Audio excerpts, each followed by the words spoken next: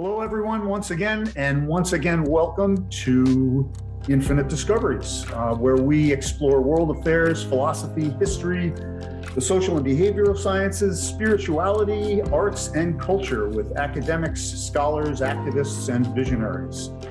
As always, we are your three happy hosts, respectively, Rich Brago, Miguel Rodriguez, and Aurobindo Mahapatra. If you want to put further faces to the names, feel free to visit our website, infinitediscoveries.org. And if you want to look for me specifically, search for the good-looking guy.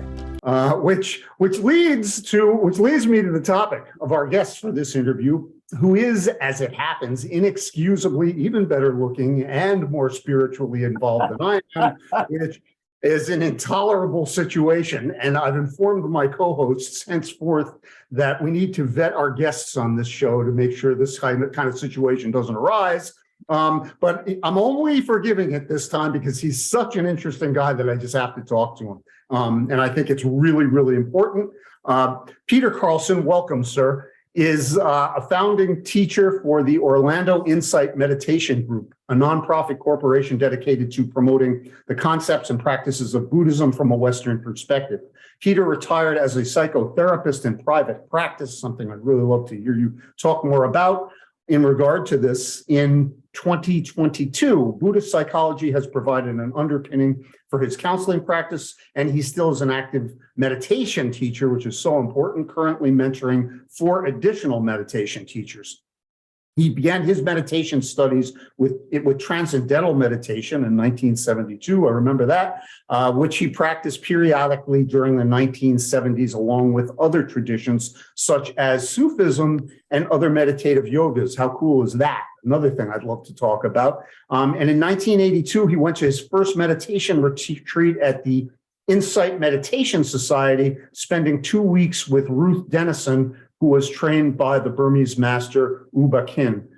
Since then, he has been an avid meditation student, sitting several dozen retreats lasting from 2 to 3 months with various teachers, including Joseph Goldstein, who, just as it happens as an aside, is a friend of my family. His father was an advisor to and board member for my father, who was a SUNY college president a long time ago. Peter co-founded the Orlando Insight Meditation Group in 1993 with Ross Payne and has been leading retreats in Central Florida since the mid-1990s. During the last several years, he's committed to 2-week self-retreats a year in the meditation cottage in his backyard in Winter Park, which is another fascinating thing I'd love to talk about. Since the onset of the COVID pandemic, the Orlando Insight Meditation Group has developed a significant Zoom presence and are now providing weekly meetings that are available for anyone in the world who is interested in cultivating a mindful and effective lifestyle. So that's a lot, and a welcome and thank you for taking the time, sir. I'm glad to be here. I read your comments to me, your questions and concerns, and I also went to the articles that you had posted on your site, and I'm very interested in talking more about the issues that you have brought up. Thank you. Very much looking forward to it. Thanks. And I know, Miguel, it's probably appropriate for you to disclose all of your vested interests in this interview as well, if you'd like. Well, I know Peter from the Unitarian Universalist Fellowship that we both attend, and I dabble on the audio-visual equipment during services, and I actually met Peter through his lovely and wonderful wife Paula, who is just marvelous, and both of them are just kind and compassionate souls. So there's not much more I can add to that. I know it's going to be a great conversation and discussion with Peter. So I don't want to take up more time than that. But again, welcome, Peter. It's an honor to have you with us. And I'll give it back to you, Rich, so you can start us out with your questions. Well, let me comment to Miguel. I'm going to be at the meeting tomorrow morning that's determining guest speakers for the rest of the year, I suppose.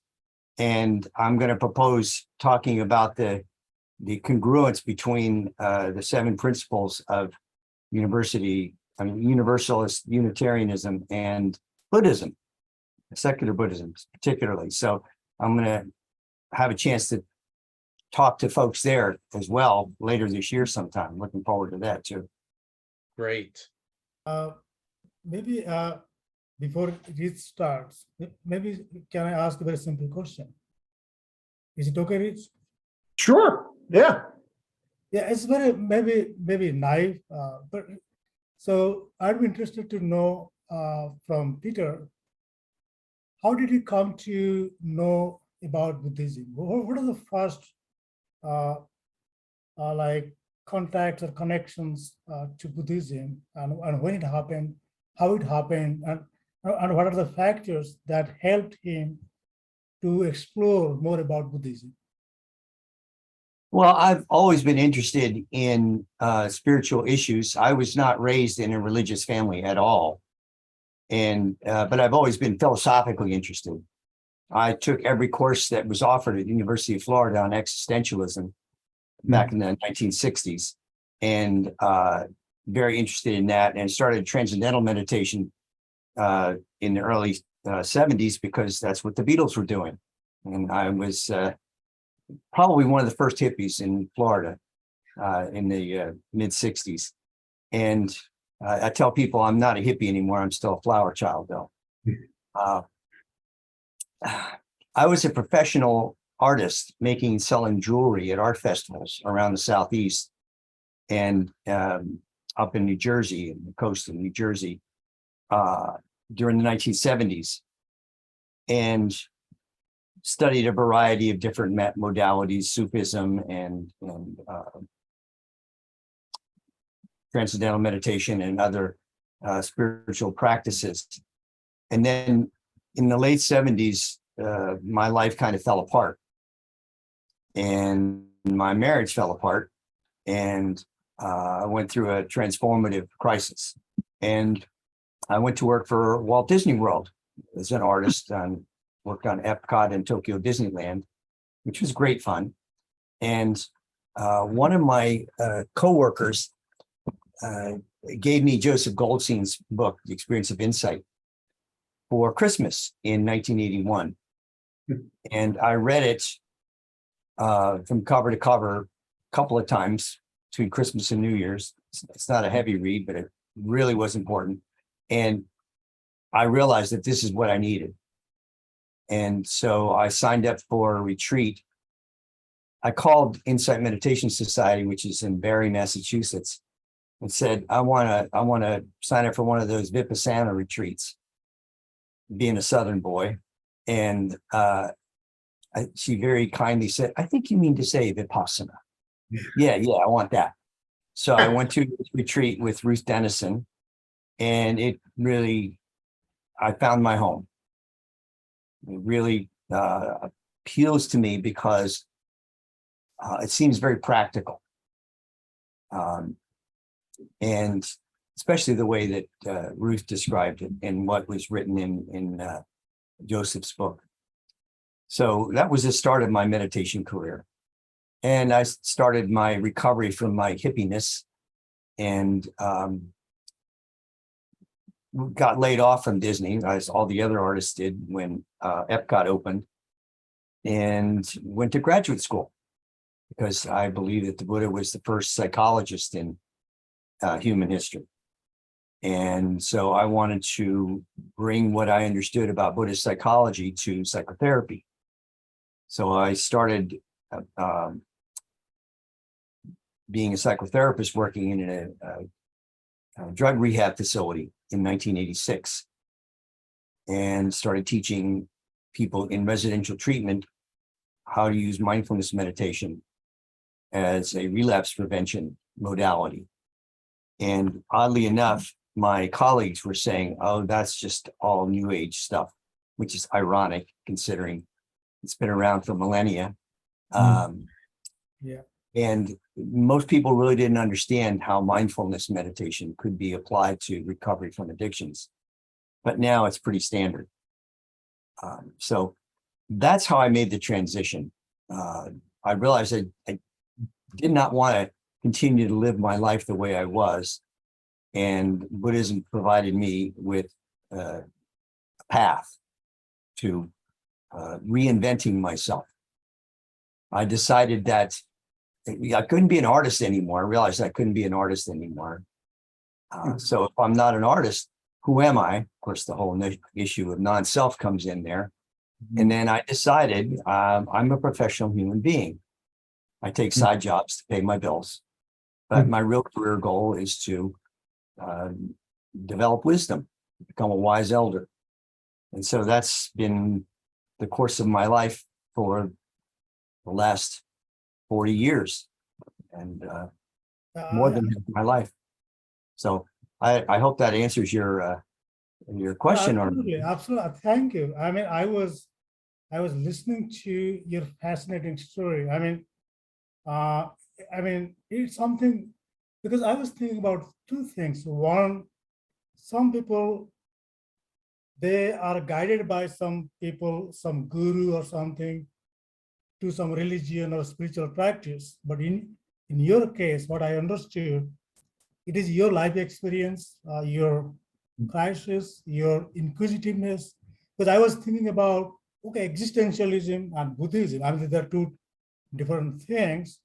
So there are a lot of things, that, and perhaps I think that is the beauty of human life, like challenges, opportunities, crises, they propel in some way to explore the hidden meaning or deeper meaning of life. And yes, I got a real good look at dukkha. Yeah. And just to add, maybe in a fun way, perhaps we are all artists in some sense. Like we're talking about artists, we are all artists in some sense. I mean, in a very deeper sense, we create in our own way, right? Yeah, I tell people I work in a different medium now. I'm still an artist, but I have a different medium. It's the Yeah. human Well experience. Yeah. Thank you so much. Thank you. Yeah. Yeah, those are great questions, and it's a good way to introduce this entire, the entire theme that we're talking about via your own path to it. And again, I wasn't planning on asking, but there's just so many interesting things in terms of your your counseling work, your psychotherapeutic kind of work. I would assume then that being having a Buddhist worldview, such as there is one, would have really influenced your sort of what you see as your goals in guiding people through psychotherapy and identifying their problems. Is that not the case?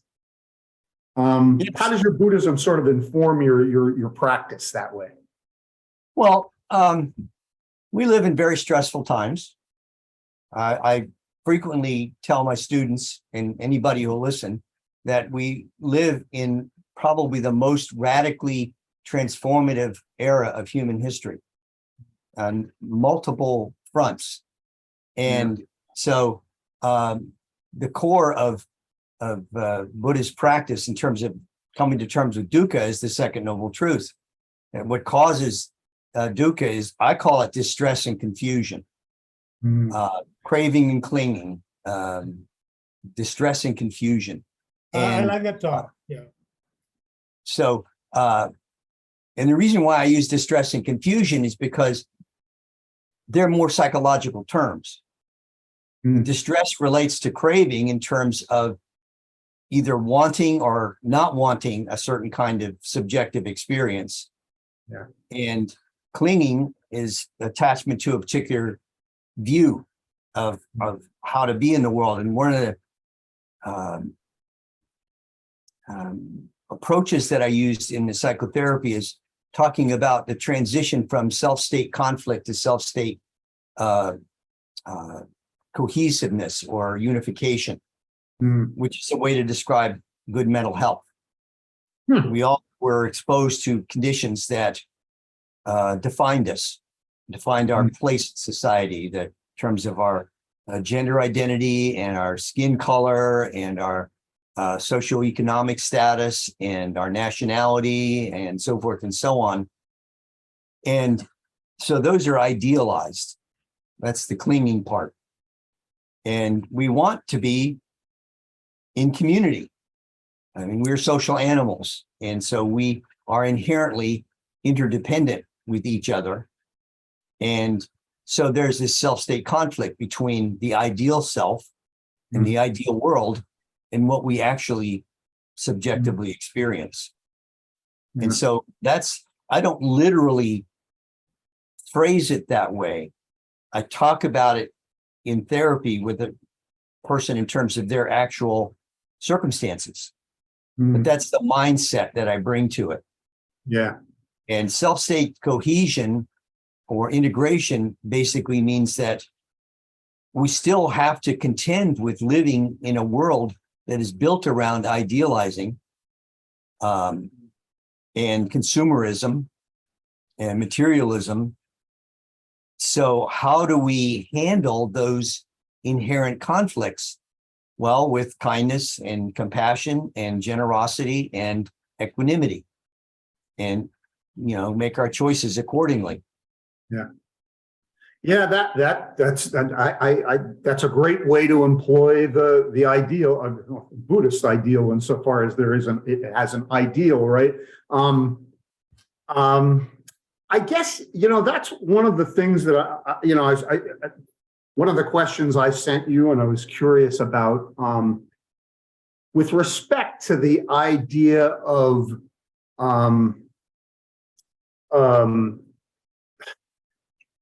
using counseling, I guess, as you do, or psychotherapy, as a medium for change in that regard. So the goal is the cessation of dukkha, the cessation of suffering.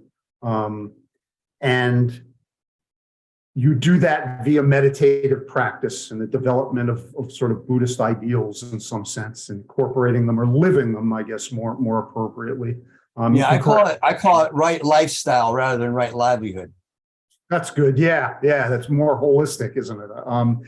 But I guess, and this is one of the questions, in terms of one of the questions I sent you, this critique by Krishnamurti of meditative practices and traditions generally, and which I think is in some sense is a good one. It's been a struggle for me anyway, and certainly for most people in our society who are so conditioned to treating every goal as another product they want to get, right? They want to grasp.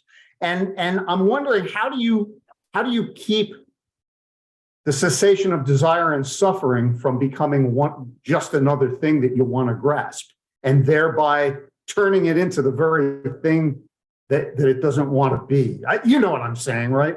Yeah, that's samsara. Yeah, exactly. That's the recurring cycle over and over and over again. Yeah. Well, are you familiar with the simile of the raft? Yeah, definitely. That's what that's about. The Buddha said, you need to cross the river of samsara. Right. So the concepts and the practices that are built into the Four Noble Truths provide the ways and means to cross the river of samsara. But once you get on the other side of the river, you don't put it on your back and carry it with you. Right. Yeah. So remember Paul's that other Buddhist parable about the two monks who encountered the woman by the river. It was just interesting. I don't know if you're familiar with that one. It's a Zen one. There are two monks are walking along. Yeah, it's the muddy street. Oh, is that what it is? Pomona. Oh, okay. Yeah, probably there are all kinds of incarnations, right? And the one carries her on his back across and then puts her down. And then the other monk gets upset that he touched a woman, and he said, I've taken her off my back and you're still carrying her. Right. Yeah, that's really wise. I guess what I'm wondering is that, okay, so I want to not suffer anymore. And if I meditate in order to not suffer anymore, isn't the goal of not suffering anymore? Isn't the goal of not desiring anymore becoming a desire if you desire it? You know what I mean? If you meet the Buddha on the road, kill him. What's If you that? meet the Buddha on the road, kill him. Yeah. Paradoxical. Yeah. Exactly. Yeah. You know, yeah, you have to use the constructs of cognition to be able to deconstruct the self. Mm. Yeah. And that becomes, it becomes, well, another simile is, if you're walking and you get a thorn in your foot, you take another thorn and you remove the first thorn, and then you throw both the thorns away. So Yeah. it's implicit in the teachings. Yeah.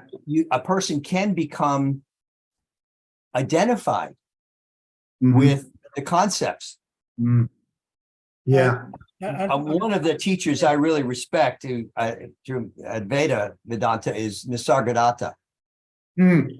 Mhm. And I have a little saying that I put in a frame, put out in the meditation hall, that Nisargadatta said, "Wisdom tells me I'm nothing. Love tells me I'm everything. My life moves between the two." Mm. And Excellent. it's the whole practice is about non-duality, realizing non-duality. Yeah. And just to add to that, maybe we can say that once one has that realization, that direct knowledge, right, or what we call pratyaksha anubhuti, then all these debates, distinctions, they collapse, right? Because sometimes language confuse, because we use the limited instrument of language that is not powerful enough, potent enough to describe the spiritual experience, right? Nouns and pronouns are problematic, yes. But once you have that experience, then you know what it is, right? Yeah. That's a good point. I guess, and then I'll get off. So I'll stop belaboring it. But I'm thinking even the experience, and you could really help me through this, that I have in meditation sometimes, very often that I find myself struggling with, is just that. And it's not even on the intellectual level anymore, like saying, I want to attain this state. How do I attain it? And then turning the state that I want to attain into yet another object of desire that's perpetuating the samsaric cycle. But while I'm meditating, I'm saying, okay, I've got to quiet my mind now. And then the more I'm trying to quiet my mind, quieting my mind becomes an impediment to trying to quiet my mind, becomes an impediment to quieting my mind. Do you know what I'm saying? I'm thinking you must encounter this with your students all the time, no? Oh yeah. So what do you do? It just seems like an unresolvable paradox. I try to do it, but then trying to do that keeps perpetuating the cycle. So you, what do I do, or what would one do to break out of that?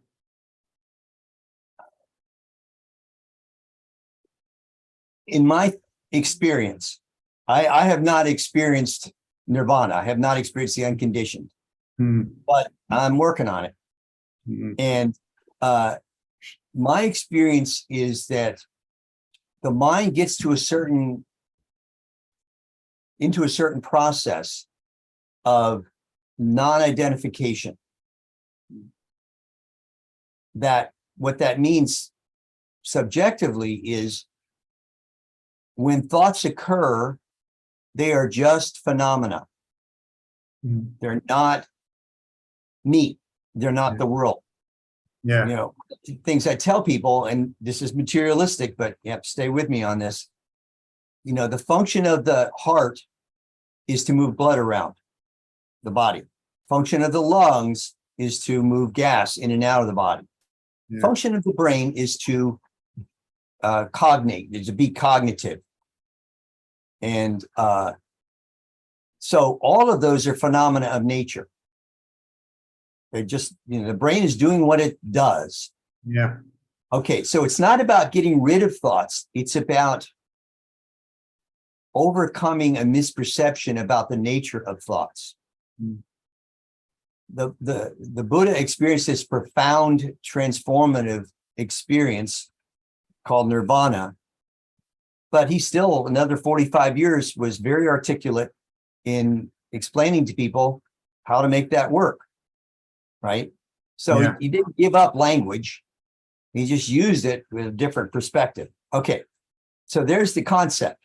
But in my practice, what I notice is that I pay attention to the sensation of breathing, the nostrils, the upper lip, not just the surface of the lip, but the volume of the lip, the flesh of the lip, and the gum in the upper part of my mouth. If you're very attentive, when you breathe in, the turbulence of the air moves into your mouth and strikes the gum line. When you breathe out, the turbulence strikes the gum line, but it also affects this area and the lip and so forth. So that becomes a very interesting and stabilizing point of reference. Yeah. And thoughts happen. One of the ways I describe it is it's like there's a demon on my shoulder screaming in my ear. I have to listen to it. I have to do what it says. Now the demon's in the other room. The door's closed and the volume is significantly reduced. And I can acknowledge, oh, the demon's over there. So what? The so what is called viraga or dispassion. So there's awareness of it, pleasant, unpleasant, or neutral, but it doesn't have the affective drive of craving anymore. Right? So, yeah. And so after a while, what happens is, and this is what my further work is about, is to really explore that dispassion. Because one of my understandings about the doorway into deconstructing the self is not so much not having thoughts, but not identifying with the thoughts as anything other than a phenomena of nature. You know, the after his awakening, the Buddha, whenever anyone would talk with him, he wouldn't say I, he would say the Tathagata. And Tathagata has different translations. The one I work with is suchness. And Tathagata for me means mastery of suchness. Yeah. And that's non-duality.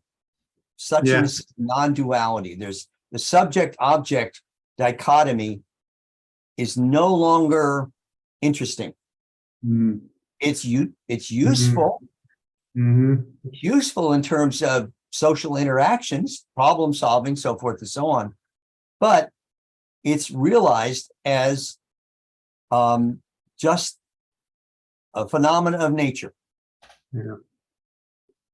Makes sense. So the all the dualities in your life, and the labels and the roles and and all the empty aspects of it are not necessarily something you escape from, but you instead live them or live with them in more peace and in more authenticity, to use the existentialist term, I guess. Is that what you're kind of saying? Authenticity. That's hard to do. Yeah, easier said than done, but that's the work of a lifetime. Yeah. I don't know. I want to put in a plug for a book right now that I've read several times and I'm rereading it again. This book here, Stepping Out of Self-Deception, The Buddha's Liberating Teaching on No Self by Rodney Smith, forward by Joseph Goldstein, by golly. There you go. Yeah. This is a really good book. Yeah. Okay. Now, thanks. I'll check that out.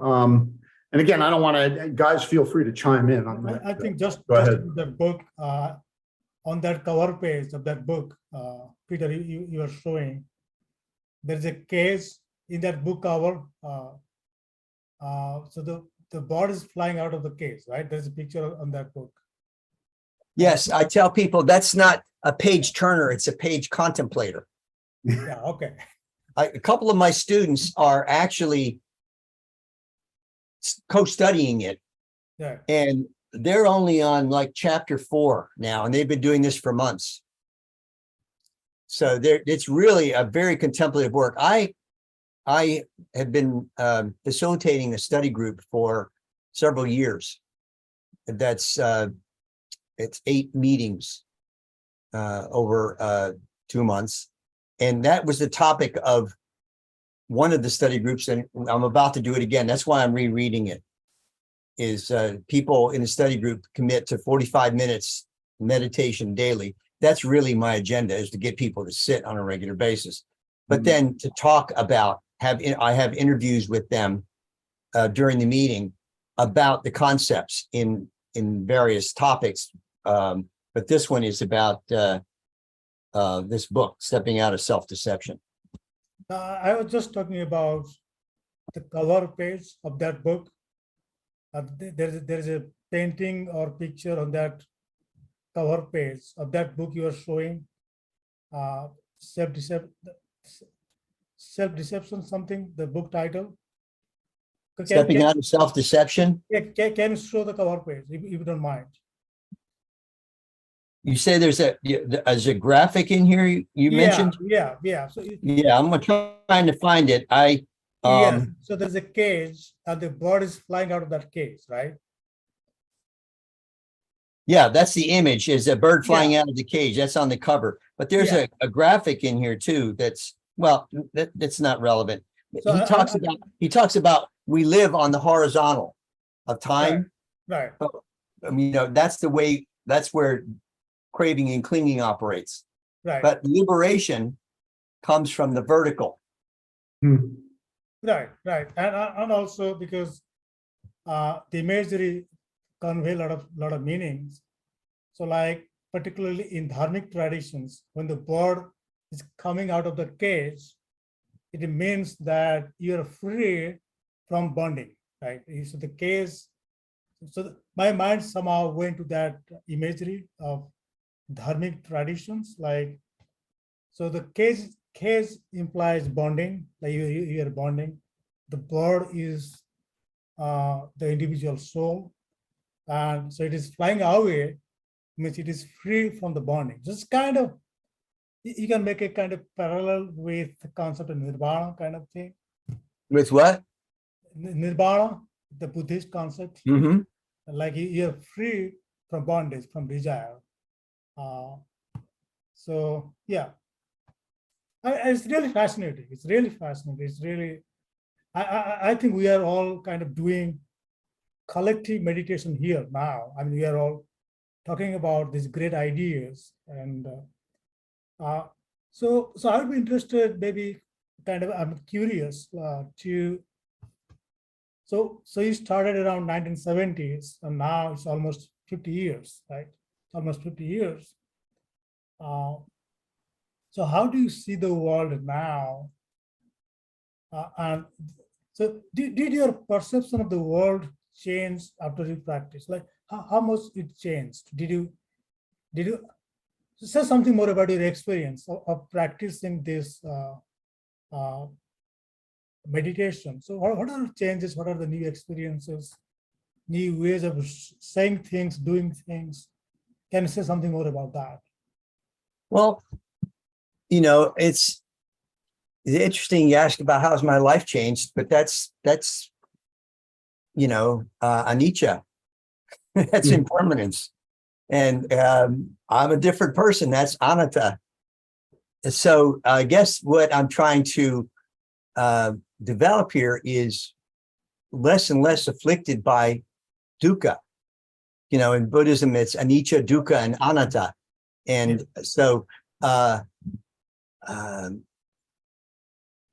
think I'm less afflicted with neurotic impulses. They're still there, but in the moment where before I would act out, I realized, oh, I used to act out this way. I don't anymore. Wow, I'm really grateful. So I experience a lot of gratitude.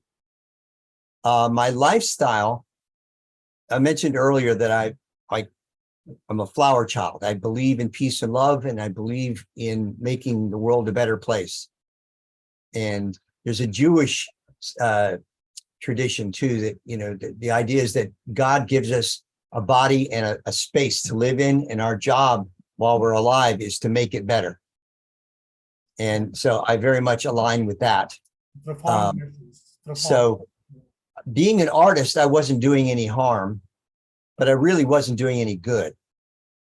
So becoming a therapist allows me to be doing more good. I very much believe in the sphere of influence.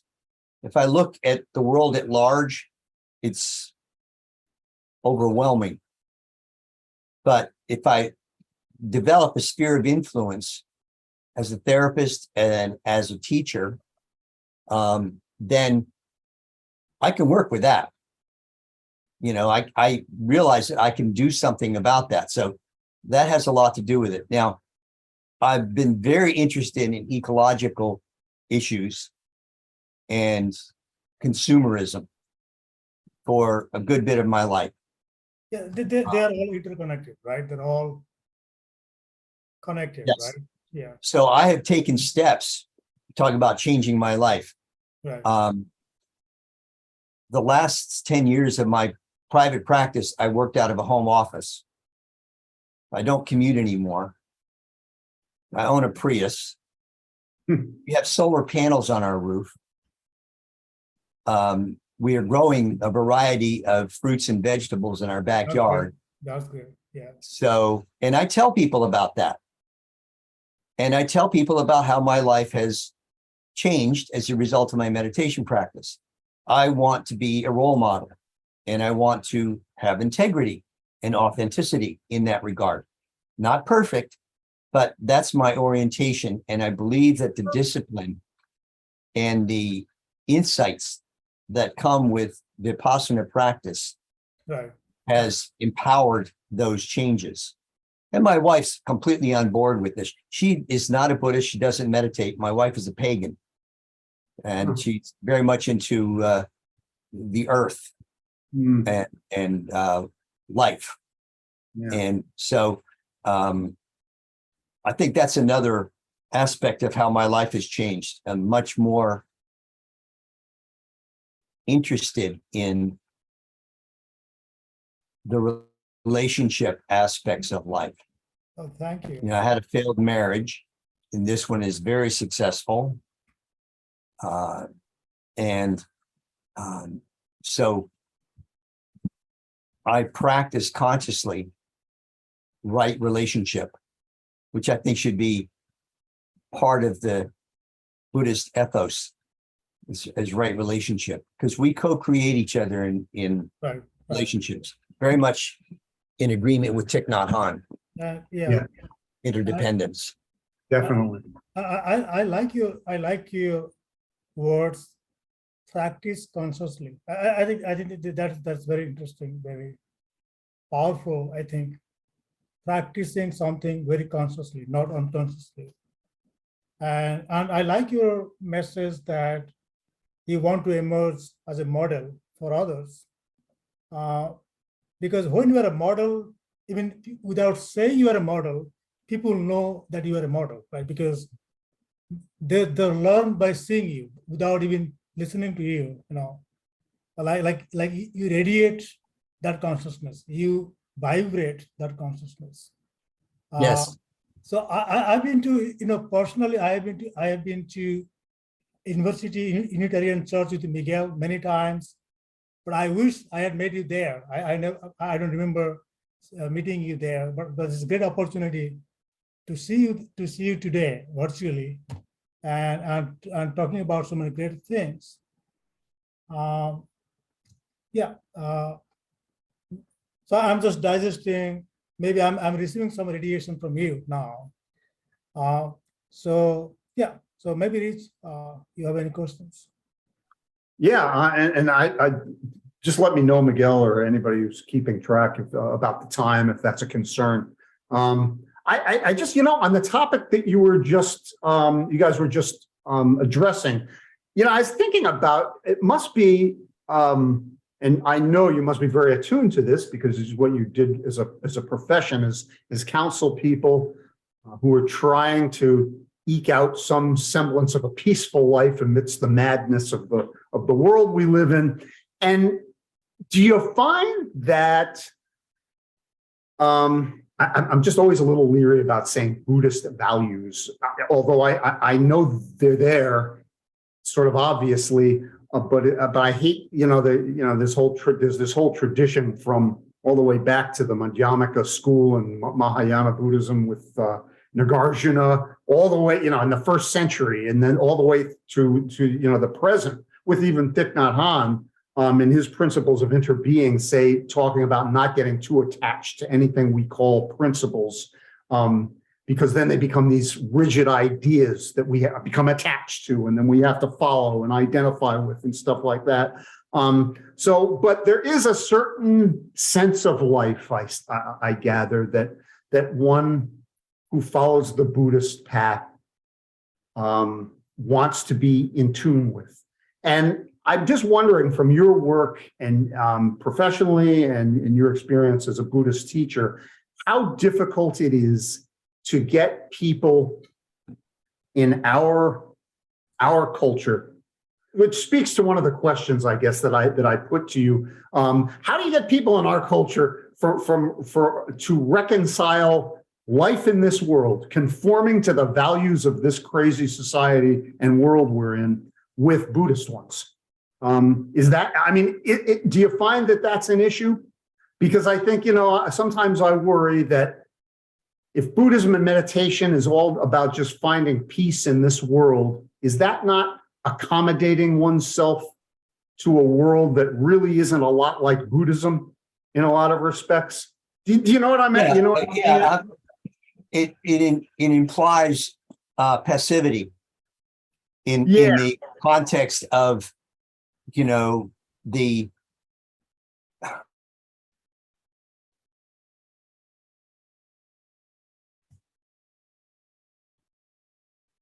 think,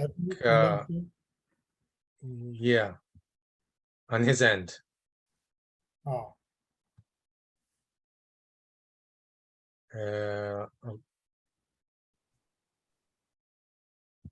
Okay. Hey, folks, we lost Peter there for a little while, but he's back with us. So we were really deeply engaged in a great conversation. And so we're going to get it right back to Peter. He was responding to Rich's question on consumerism, materialism of today, and its negative effects. So Peter, take it away.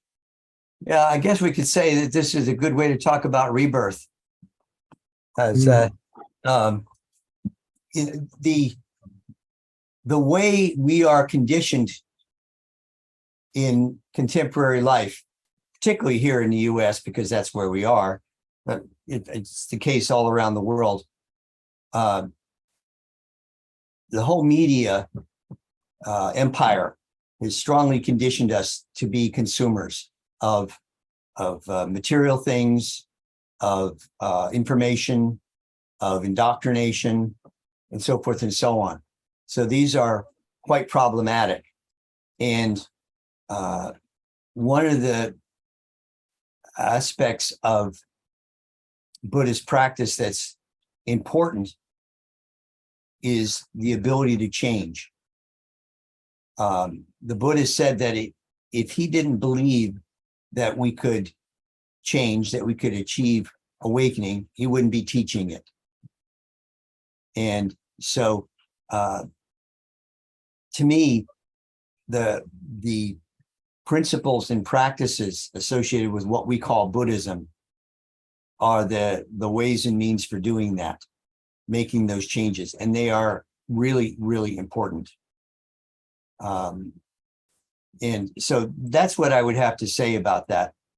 I'm very much interested in how neuroscience has been brought to bear on Buddhism. And I realize that neuroscience is very materialistic, doesn't speak to any kind of transpersonal issues. But I also think that it validates a lot of what Buddhist practitioners were realizing for centuries, long before there were functional MRIs or other kinds of contemporary devices. So we know that the brain experiences what's called neuroplasticity. We can change the structure of the brain and change our minds. As far as the process of awakening or a higher power, I think that Buddhism is agnostic about that at its core. You don't know it till you know it. If you think you know it, then that's doctrine. And that's where we get stuck, like we were talking about earlier. Yeah. The idea is to be able to make use of the principles and practices in order to understand how the selfing process operates and wake up from the conditioning, in this case of consumerism and materialism. So that's my response to that concern. And to me, it's probably the most important concern.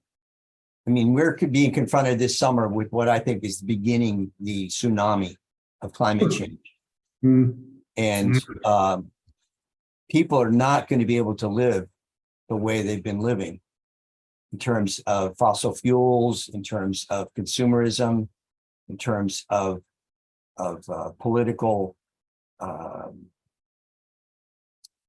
conflict. It's just not going to work. Yeah. So to me, this is a way to evolve humanity.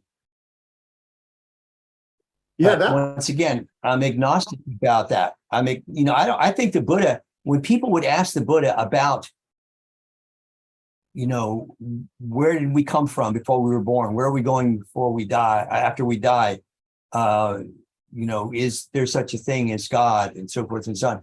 He would steadfastly refuse to answer. Right. He was all about process.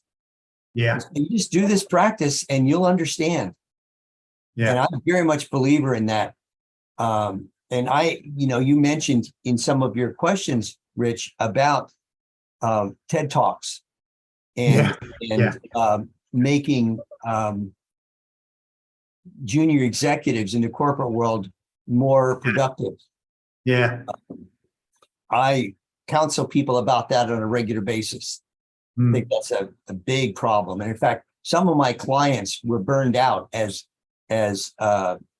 junior executives in big corporations because of the inherent contradictions and stress that was brought to bear on them.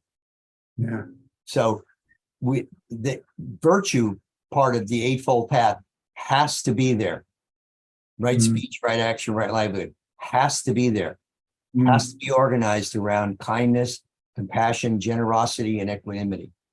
Yeah. Otherwise, it becomes a tool of capitalism, or any kind of authoritarian regime. Yeah. Yeah.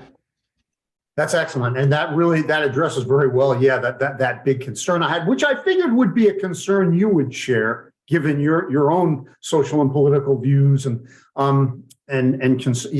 sort of allegiances. So I guess I gather the idea then is that purposefully, as the Buddha did,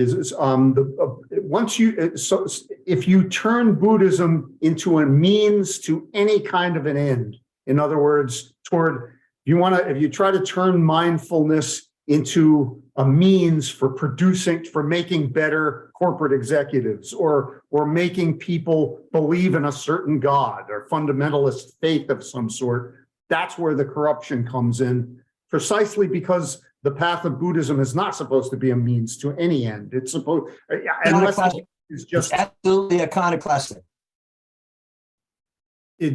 So I guess is that what you're thinking? Yes, that is. I mentioned earlier, if you meet the Buddha on the road, kill him. It's a really harsh statement. It's a very Zen statement, but what it means is the whole notion of, the Buddha did not mention a successor. Hmm. And so I think that was very deliberate. Unfortunately, Muhammad mentioned a successor, and that caused a lot of problems that continue to this very day. Yeah. So I think that's something we really have to be thoughtful about. Is this is a process for awakening? It's not. It's not a religion. I really don't.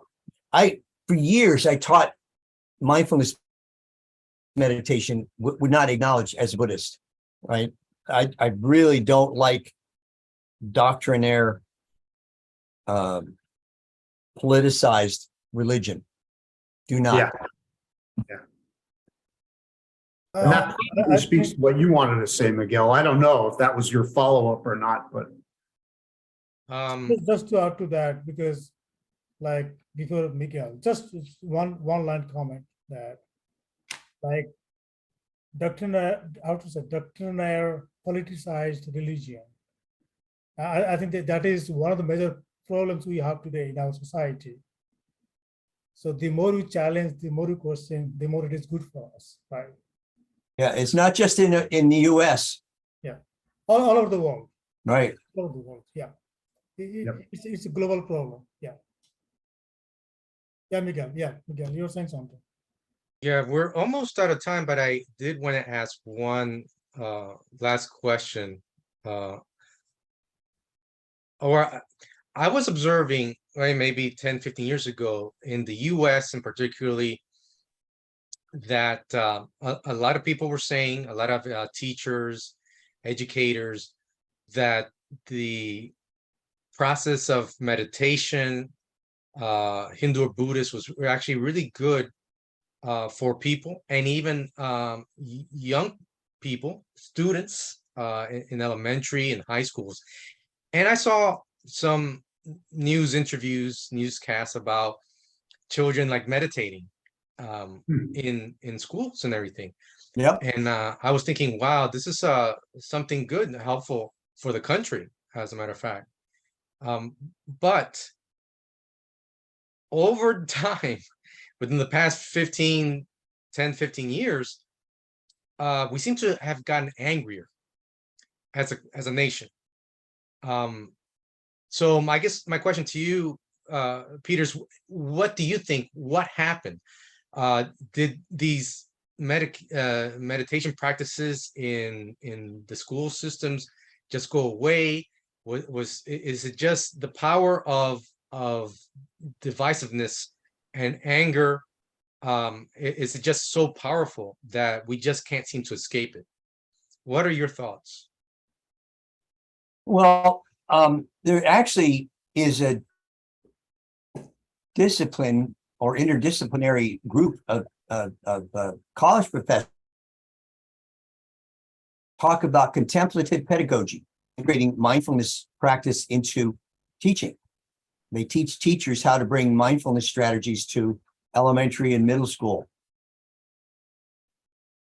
practices. The first job I had working as an addictions counselor was in a high school with children who were involved with drugs and had a potential for dropping out.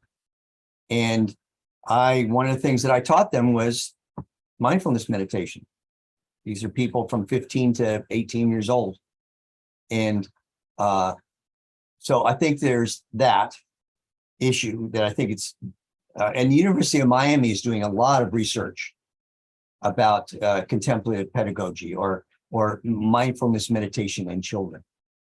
One of the mentees, one of my teacher mentees, has a child who just started kindergarten and another preschooler, and she's very interested in mindful parenting and bringing mindfulness to children and yoga, hatha yoga. So that's very promising. Now, as far as the anger is concerned, all anger is based on fear. And there are elements of our society on the right and the left that have capitalized literally on fear. So there are organizations, Christian, Jewish, and Islamic, as well as Hindu and Buddhists, who are actively promoting what in Buddhism we call loving kindness and compassion. So there's hopefulness there. One of the things that I tell my students is that what I practice that we call Buddhism, if they will learn how to be mindful and practice right effort and loving kindness and compassion and generosity and equanimity, and they'll take that back to their religion of choice, that would be really, really good. S.N. Goenka was one of my teachers, Vipassana teachers. There's actually a Goenka style retreat center in South Georgia, not far from where you are, I think. You all up in Jacksonville. And he always said, this is not about Buddhism. This is about overcoming dukkha. And learn what you can from this and take it back to your religion. Make it better. Because the insights and the discipline that formal meditation practice provides, process awareness, you can bring that to all kinds of circumstances with great benefit. So I think that, you know, I admire of Stephen Batchelor. I have several of his books, and one of the things that he talks about are the principles of secular Buddhism, and they're very humanistic. They're not corporate at all. Yeah. And so I'm very much aligned with that notion, that we need to find some way to integrate the principles and practices of what some people call Western Vipassana into the culture in a variety of ways. And to me, that's very promising in terms of building discipline and self-awareness and ethical values into our culture.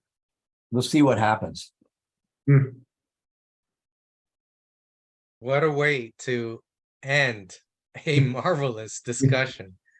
My way, this is wonderful. Every time we have one of these things, it's like I feel like I went to church and got a great blessing. And Peter, it's just been a joy and an honor to have you with us. And Rich and Arubinda, thank you for your excellent questions. And I think I can speak for the three of us to say that we have been touched, we have been enlightened by your presence and your words, Peter. And we definitely want to have you back. This is not just a one and done thing. We definitely want to have you back, have a series of even more in-depth discussions. Maybe you can even guide us through some meditations as well for the audience. That would be wonderful. And also, Peter, please plug your own group and website and whatever else is coming up in the near future or far future. Let us know. Let our audience know. So again, tell us your website and your group's name. The Orlando Insight Meditation Group. We have a Zoom meeting. It used to be in cottage in my backyard on Wednesday nights from 7 to 9. But now it's through Zoom, and you can find the contact information through the website. I will be, we're going to start, the mentees are going to start doing introductory courses and workshops. We want to try to bring this training to a larger community in Central Florida. So that information will be found on the website. I have an interesting fall planned out. I will be going to a 10-day concentration retreat led by Shyla Catherine, who's a very well-respected teacher up in Georgia in October. And then I'll be home for about a week. And then I'm going to be going up to Lake County, which is the county north of where I am, to a place called Deer Haven. I'm leading a 1-week retreat there in November. And then I'll be home for about a month. And then I'll be doing my annual 2-week retreat in my backyard. So I've got an interesting fall planned out. So that's what we have to offer right now in terms of Orlando Insight. And plus, I do these study groups. I mentioned this book, Stepping Out of Self-Deception. I'm organizing folks for that group as soon as I can get. We have a Saturday afternoon and Sunday afternoon meeting. People have to register for that with me. And it's from 3 to 4:30. And be studying that book and meditating and talking about it. It really helps people to understand how to make positive changes in their lives spiritually. It's a really powerful tool for that. So anyone who might be interested in that should contact me, Peter at OrlandoInsightMeditation.org. Excellent. Well, great stuff coming up. And I just can't, I'm speechless, really. I usually end up being speechless at these discussions because this is a lot of good stuff for the mind, for the spirit, to make us all grow. It's a constant journey, right? Infinite discoveries as well. Rich and Robina, do you have anything else to add? Or I just said thank you, Peter, for coming. It was kind of enlightening experience, at least for me. It was great, nice interacting with you, and I hope we'll have more interactions. So thank you so much. Yeah. Same here. I reiterate what my distinguished colleague said, and thanks for addressing so many of the questions. I still have tons more, but thanks so much. Good. So many of my questions so eloquently and insightfully and in an illuminating way. It really helped. Thank you. I love to respond to questions. It's great fun for me. So I wish you well, gentlemen. Thank you for what you're doing. Thank you. same Thank here. you. We'll close out with asking the audience, do you have your ID? If not, like and subscribe this channel, and also tune into our website at www.infinitediscoveries.org. Until next time, folks, till we meet again, take care. Bye.